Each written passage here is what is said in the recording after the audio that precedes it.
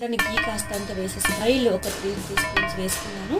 అని బిర్యానీ ఆకులు ఒక 3-4, చెక్క ఒక 3, క్లవ్స్ ఒక 8 to 10 కూడా వేసుకోవాలి.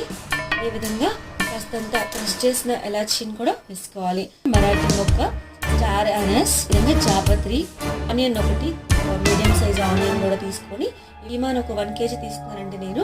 రాళ్ళ ఉప్పు వేసుకొని ఈ విధంగా ఆయిల్లో కాస్త ఫ్రై చేసుకోవాలి. అలాగే టర్మరిక్ పౌడర్ 1/2 teaspoon వేసుకున్నాను. వేసుకొని ఈ ఆయిల్లోనే ఈ 10 to 15 minutes మనం దీన్ని కుక్ అవ్వాలి. కొరియండర్ పౌడర్ ఒక 1 teaspoon వేసుకున్నాను. గరం మసాలా ఒక 1/2 teaspoon వేసుకున్నాను. కారం, రెడ్ చిల్లీ పౌడర్ ఒక 1 teaspoon వేసుకున్నాను. వేసుకొని ఈ మిశ్రమం అంతటిని మరలా కలియబెట్టుకోవాలి. అంటే ఈ మసాలాలన్నీ విడిచిపెట్టాయి. మనం ప్రక్కన పెట్టేసి రైస్ కొరకు బౌల్ పెట్టేసుకొని వాటర్ హీట్ అయిన తర్వాత రాక్ సాల్ట్, బిర్యానీ దినుసులు, అట్లనే మింట్ లీవ్స్, అట్లనే కొరియండర్ లీవ్స్, అలాగే జింజర్ గార్లిక్ పేస్ట్ కాస్త